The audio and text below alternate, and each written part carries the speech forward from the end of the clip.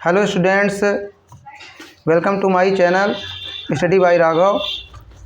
जैसा कि आपको पता है कि 4 अप्रैल को बोर्ड के एग्ज़ाम होने वाले हैं। विज्ञान का पेपर है। अब विज्ञान के पेपर में विज्ञान से संबंधित महत्वपूर्ण प्रश्न बहुत सारे इम्पोर्टेंट टॉपिक्स हैं मेरे पास, जिसका मैं वीडियो आपको लेके आया हूं। इसके लिए सबसे पहले मैंने आपको ओम का नियम का वीडियो जो है इसके पहले लेके आया था। आज हमारा जो है दूसरा वीडियो है विज्ञान का, जो कि विद्युत मोटर से संबंधित है। ये प्रश्न विद्युत मोटर और विद्युत जनित्र, ये दोनों में से कोई एक प्रश्न जरूर परीक्षा में हर बार आता है, और इस बार भी 100% जो है इनके क्वेश्चन आएंगे।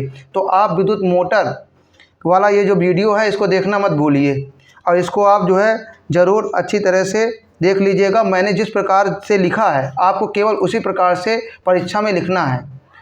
इसमें इसके जितने भी सिद्धांत हैं, संरचना है, वो जितनी भी चीज़ें पूछी जाती हैं वो सब चीज़ें जो है मैंने लिखा है।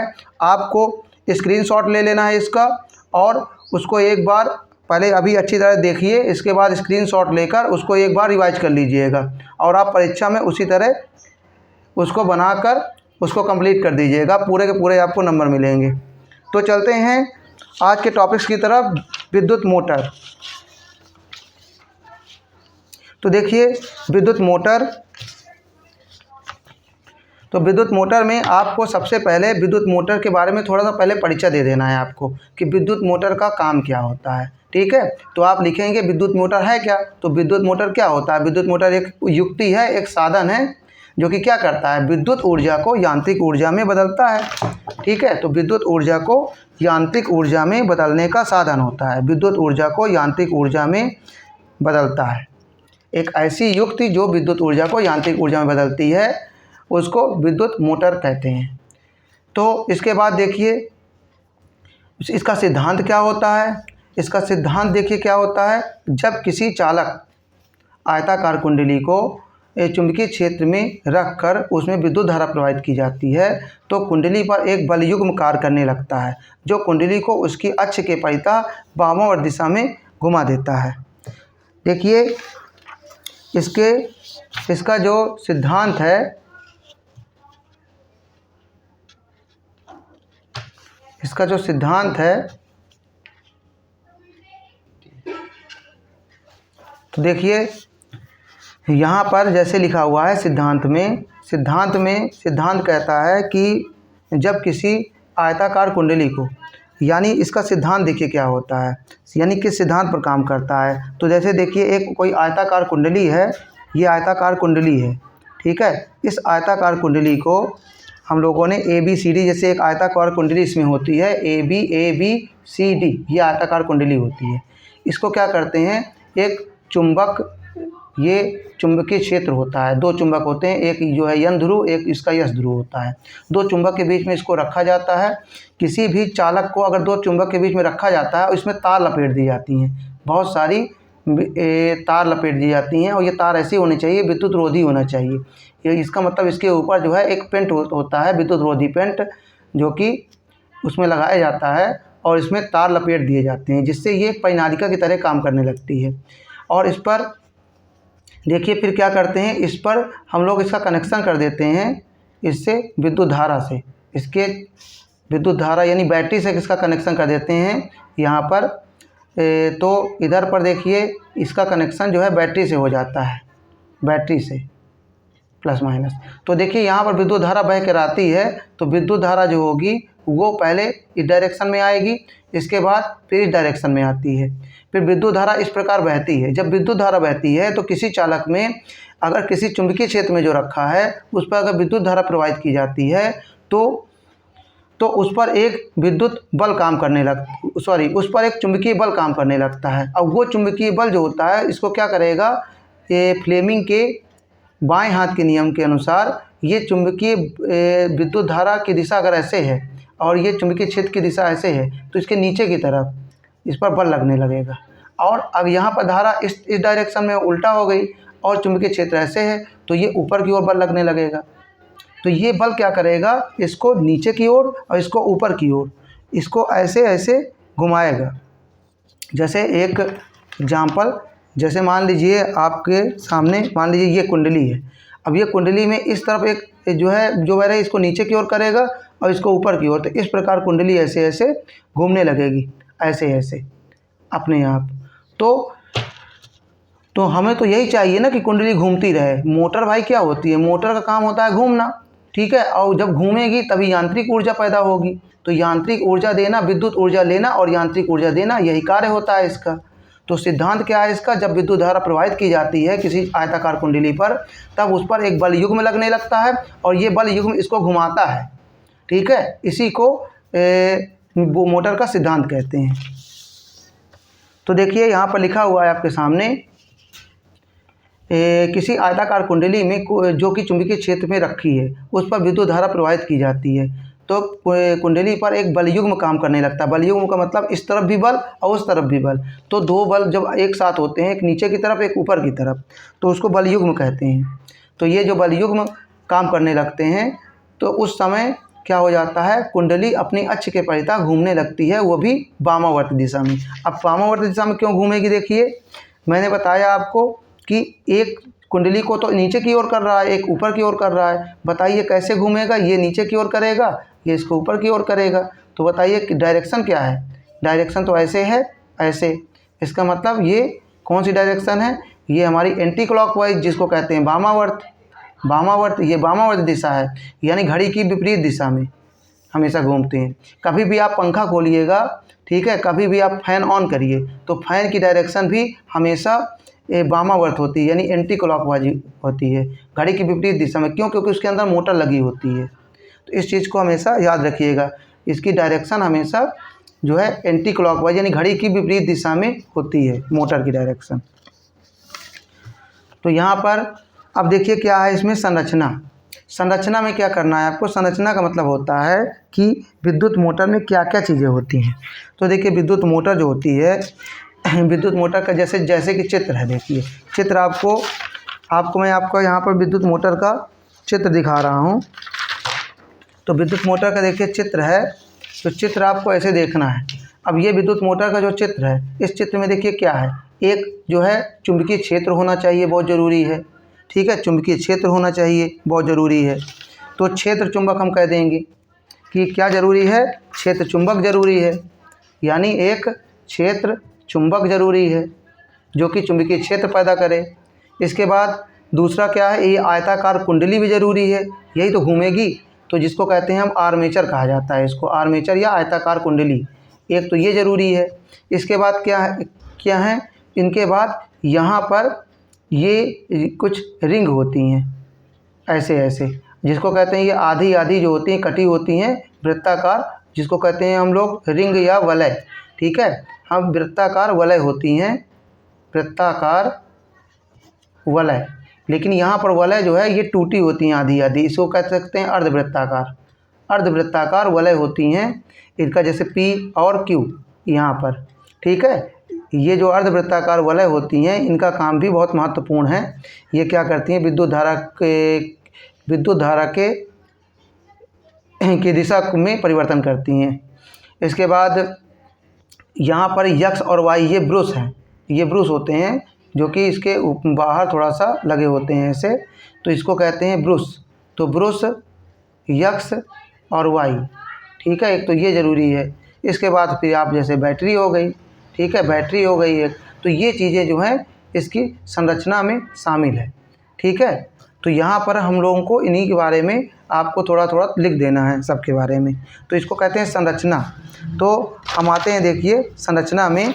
तो संरचना में देखिए यहाँ पर मैंने यही लिखा है, देखिए क्षेत्र चुंबक है एक, तो यह एक शक्तिशाली स्थायी चुंबक होता है, ठीक है, एक शक्तिशाली चुंबक होता है।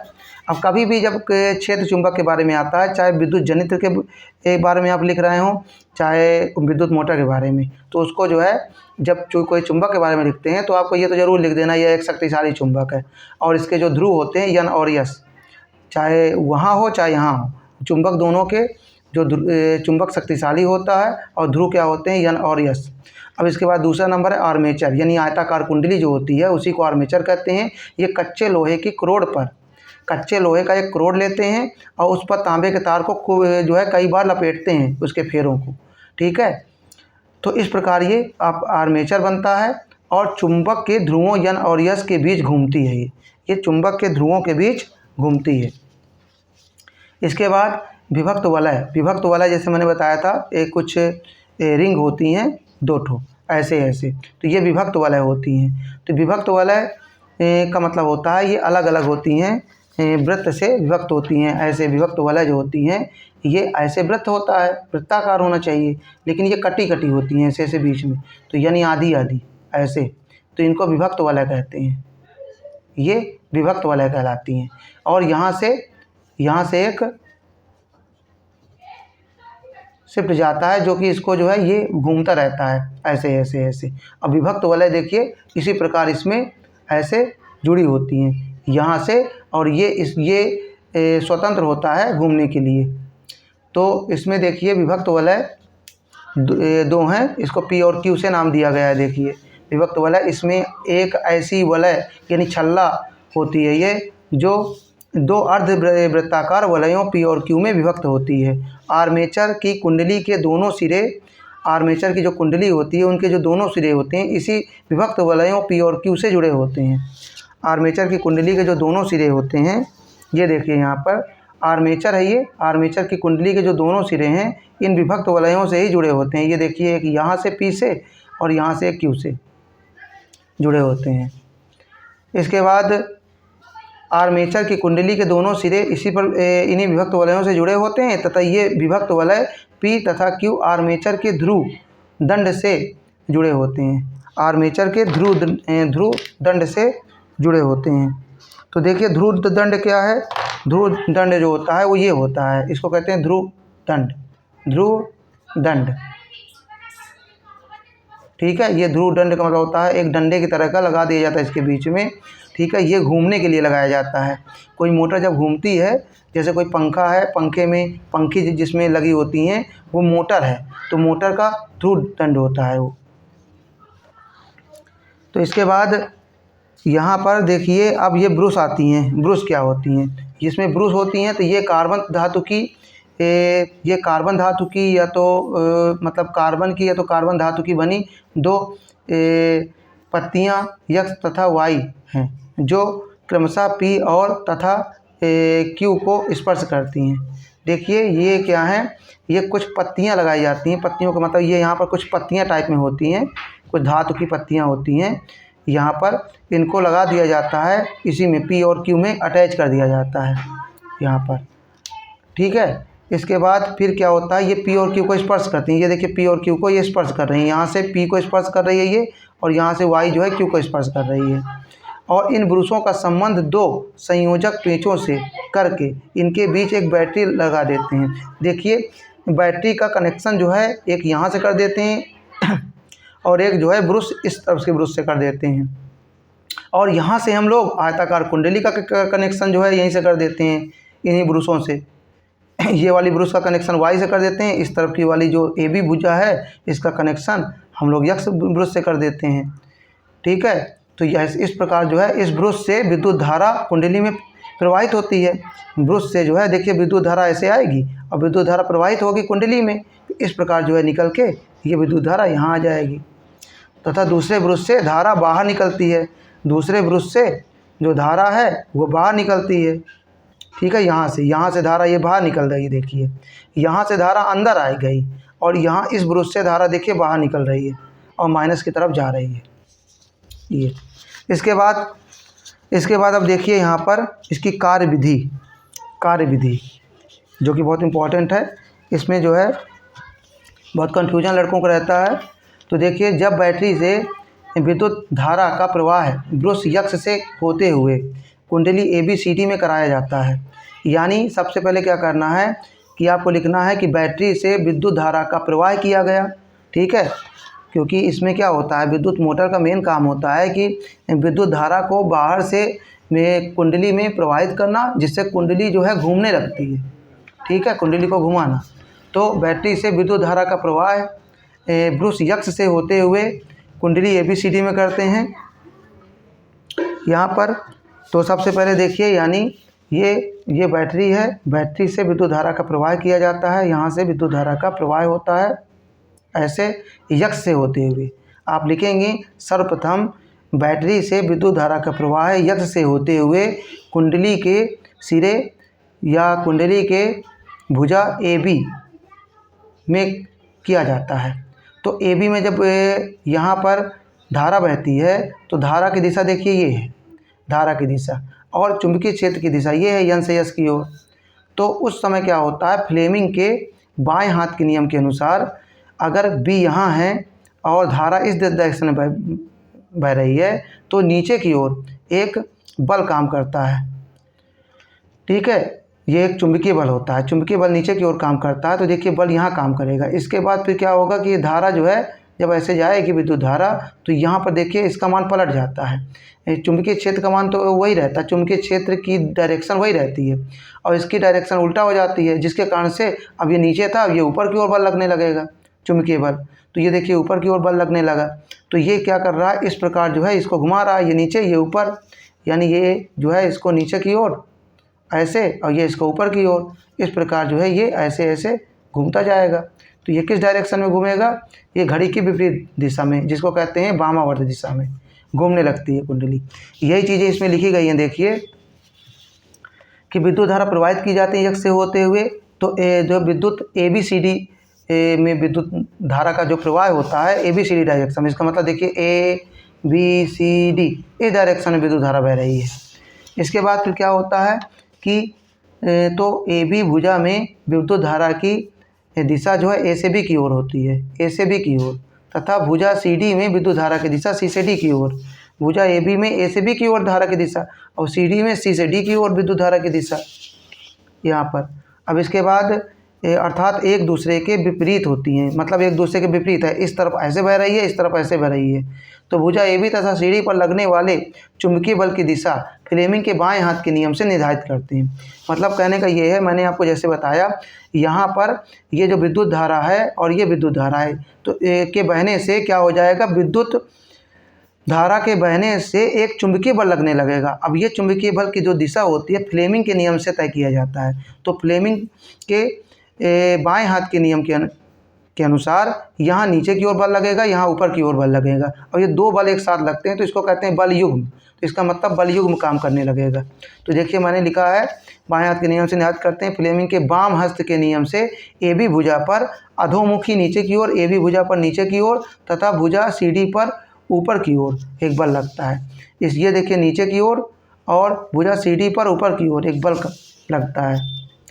इस प्रकार कुंडली पर एक बल युग्म काम करने लगता है। बल युग्म का मतलब होता है ये एक बल, एक ये बल का एक जोड़ा बन गया, एक युग्म, तो इसको कहते हैं बल युग्म काम करने लगता है। तो यहाँ पर ये बल युग्म क्या करता है, कुंडली को वामावर्त घूर्णन करने के लिए मजबूर कर देता है। कुंडली को वामावर्त घूमने के लिए ऐसे ऐसे मजबूर कर देता है ये। इसके बाद देखिए आधे घूर्णन में, आधे घूर्णन का मतलब ये होता है कि पहले माना जाता है कि जो कुंडली होती है वो चुंबकीय क्षेत्र में इस प्रकार रखी हुई है। जैसे मान लीजिए कोई चुंबकीय क्षेत्र है, कोई दो चुंबकीय क्षेत्र है, जैसे यहाँ पर कोई दो चुंबकीय क्षेत्र है, मान लीजिए एक चुंबकीय क्षेत्र ये है और एक चुंबकीय क्षेत्र हमारा ये है, ये और ये यन है और ये यस है, ये चुंबकीय क्षेत्र है। और यहाँ पर कुंडली है। अब कुंडली आयताकार होगी, यहाँ पर तार लपेट दिए जाएंगे और यहाँ पर ऐसे रख दिया जाएगा। सबसे पहले लंबवत रखा जाता है कुंडली को ऐसे सबसे पहले, ताकि चुंबकीय क्षेत्र में बल रेखाएं बहुत ज़्यादा मात्रा में इसमें गुजरें। इसके बाद क्या किया जाता है, फिर इसका आधा चक्कर इसको पूरा किया जाता है। जब आधा चक्कर पूरा करेंगे तो आधे चक्कर में देखिए ऐसे आ गई है, ठीक है, यानी ऊपर वाला नीचे आ जाएगा। ये ऊपर वाली मान लीजिए AB भुजा है, अब AB भुजा की तरफ कौन आ जाएगा, CD आ जाएगी AB की तरफ, ठीक है, इस प्रकार। तो यानी आधे घूर्णन में फिर इसके बाद फिर आधा घूर्णन करेंगे, फिर वही आ जाएगी, देखिए AB, फिर आधा घूर्णन करेंगे, फिर CD, फिर AB, फिर CD। इस तरह धारा जो है बदलती रहे, कभी AB में कभी CD में, और जब AB और CD में जब होगी तो धारा बार बार पलटती रहेगी, ठीक है। तो इस प्रकार जो है यहाँ पर लिखा हुआ है, यही चीज़ लिखी हुई है इसमें। देखिए यहाँ पर एक दूसरे के विपरीत विद्युत धारा जो है फ्लेमिंग के बाएं हाथ की नहीं तो अधोमुखी और तथा सीधी भुजा पर ऊपर की ओर एक बल लगता है। इस प्रकार कुंडली पर बल युग्म लगने लगता है, बल युग्म, और जो कुंडली को वामावर्त दिशा में घुमाता है। आधे घूर्णन में Q का संपर्क ब्रुश यक्ष से तथा P का संपर्क ब्रुश Y से हो जाता है। देखिए Q का संपर्क ब्रुश यक्ष से हो जाता है। ठीक है, मतलब ये स्प्लिट घूमती है। ये हमेशा याद रखिए, जो ये अर्धवृत्ताकार ये जो वलय दिख रही हैं आपको, ये घूम भी सकती हैं, याद रखिएगा, ये घूम भी सकती हैं और ये घूमकर यहाँ आ जाती है जब ये आधा चक्कर पूरा हो जाता है, आधा घूर्णन, और ये घूमकर यहाँ आ जाती है। तो बताइए क्यों यक्ष में आ जाएगा और ये नहीं घूमते। ये जो ब्रुश होते हैं ये एक जगह पर रहते हैं, ठीक है, तो ये क्यों जो है यक्ष पर आ जाएगा, यक्ष पी पर, जो पी जो है वो वाई में पहुँच जाएगा। तो यही चीज़ यहाँ पर लिखी हुई है। यक्ष का संपर्क देखिए क्यू से हो जाता है, यानी क्यू का संपर्क यक्ष से हो जाता है तथा पी का संपर्क वाई से हो जाता है आधे घूर्णन में। इसके बाद कुंडली में धारा का पथ क्या हो जाता है, DCBA का मतलब हो जाएगा कि अब देखिए यहाँ पर जब आधा चक्कर हो गया तब यहाँ पर क्या हो जाएगा, ये जब घूमेगी ऐसे घूम के फिर आएगी तो C यहाँ आ जाए, वो D यहाँ आ जाएगा, C यहाँ, यानी CD जो भुजा है वो ऐसे आ जाएगी। यहाँ पर देखिए जैसे ऐसे है तो ये ऐसे ऐसे आके यहाँ आ जाएगी, यानी CD यहाँ, और AB जो है पलट के यहाँ आ जाएगी। ठीक है, ये आधे चक्कर में ये नीचे यहाँ आएगी और ये ऐसे ऐसे यहाँ आएगी, तो CD इस तरफ आ जाएगी, ये ऐसे आ जाएगी। तो विद्युत धारा की दिशा, विद्युत धारा के जो प्रवाह की दिशा वो कैसे हो जाएगी, वो आ जाएगी DCBA, यहाँ BA यहाँ पहुँच जाएंगे, CD यहाँ पहुँच जाएंगे, तो DCBA इस डायरेक्शन में विद्युत धारा होगी। इसके बाद देखिए, यानी कहने का मतलब पहले आपको ABCD की दिशा में विद्युत धारा लेना है, फिर आपको आधे गुणन के बाद DCBA में विद्युत धारा होगी। अब विद्युत धारा की जो डायरेक्शन है वो बदल जाएगी और प्रत्येक आधे गुणन के बाद विद्युत धारा का प्रवाह बदलता रहता, उत्क्रमित हो जाता है। का मतलब होता है कि अगर इस डायरेक्शन में थी विद्युत धारा, जैसे ये आयताकार कुंडली है, ये ABCD, ठीक है, यहाँ पर विद्युत धारा की दिशा ऐसे है और यहाँ ऐसे है ABCD में। जब ये आधा घूर्णन पूरा हो जाएगा तो CD यहाँ आ जाएगी, DCD, और BA जो है यहाँ पहुँच जाएगा। तो इसकी जो दिशा है वो देखिए फिर बदल गई, फिर ऐसे ही होगी और ये ऐसे होगी यहाँ पर। इसका मतलब देखिए CD की डायरेक्शन ऐसे थी, अब ये ऐसे हो गई, और BA की A से B की तरफ थी, अब ये B से A की तरफ हो गई। इसका मतलब बार बार विद्युत धारा की दिशा बदलती है, ठीक है, जिससे बार बार वो बल लगता है। जब फ्लेमिंग के बाएं हाथ के नियम के अनुसार इस पर बल लगता है, ठीक है, ऐसे ऐसे बल लगातार लगता जाता है, इसीलिए ये हमेशा फिर घूमती रहती है। ठीक है, यहीं पर लिखा हुआ है कि दिक् परिवर्तक जो होता है उत्क्रमित हो जाती है। इसे उत्क्रमित करने का कार्य दिक् परिवर्तक के रूप में कार्य करने वाले विभक्त वलय करते हैं, और यह धारा के उत्क्रमित होने का क्रम दोहराता है। यानी इस प्रकार जो है बार बार धारा का मान जो है उत्क्रमित होता जाता है, यानी उल्टा होता जाता है। यहाँ से यहाँ डायरेक्शन, फिर कहीं यहाँ, फिर जो है CD डायरेक्शन ऐसे थी, अब CD को जो है ऐसे हो जाएगी, फिर ऐसे हो जाएगी, बार बार धारा बदलती रहती है, धारा की दिशा। तो धारा के उत्क्रमित होने का क्रम जो दोहराया जाता है, इसी के फलस्वरूप कुंडली तथा धुरी का निरंतर घूर्णन होता है। ठीक है, यानी निरंतर कुंडली हमेशा घूमती रहती है। तो देखिए यहाँ पर क्या किया गया है, इस चित्र को आप बनाइएगा। ये N और S ध्रुव हैं, इसके बीच में आर्मेचर है, यानी आयताकार कुंडली है। इस आयताकार कुंडली में सबसे पहले ये इसको कहते हैं, यह आयताकार कुंडली होती है, और आयताकार कुंडली में ये होता है ध्रुवदंड। दंड का मतलब होता है एक डंडे की तरह का होता है, लगा दिया जाता है, और यही घूमता है। ठीक है, बाहर से ये घूमती तो आर्मेचर है, लेकिन इसमें इसको लगा दिया जाता है, सेट कर दिया जाता है, और ये बाहर से दिखता है। जैसे पंखा होता है ना, पंखे में जब हम पंखी लगाते हैं तो बाहर से दिखता है, और मोटर कहाँ रहती है, अंदर रहती है। आयताकार कुंडली कहाँ रहती है, वो अंदर रहती है, जो दिखती नहीं है। तो ये घूमने के लिए हुआ करता है कि बाहर से जो चीज़ अगर ये घूम रही है तो हम इसमें जो है कोई चीज़ सेट कर दें जिससे वो चीज़ घूमे। तो यहाँ पर देखिए ध्रुव दंड यहाँ पर लगा दिया जाता है और ये स्प्लिट लगा दी जाती हैं। हम इनको कहते हैं यहाँ पर विभक्त वलय। ये विभक्त वलय भी घूमती हैं। ये विभक्त वलय यहाँ से यहाँ जाती है पी की तरफ, सॉरी एक्स की तरफ, और पी वाली जो है वाई की तरफ पहुँच जाती है। तो ये हर एक आधे घूर्णन में ये अपनी दिशा बदलती रहती है।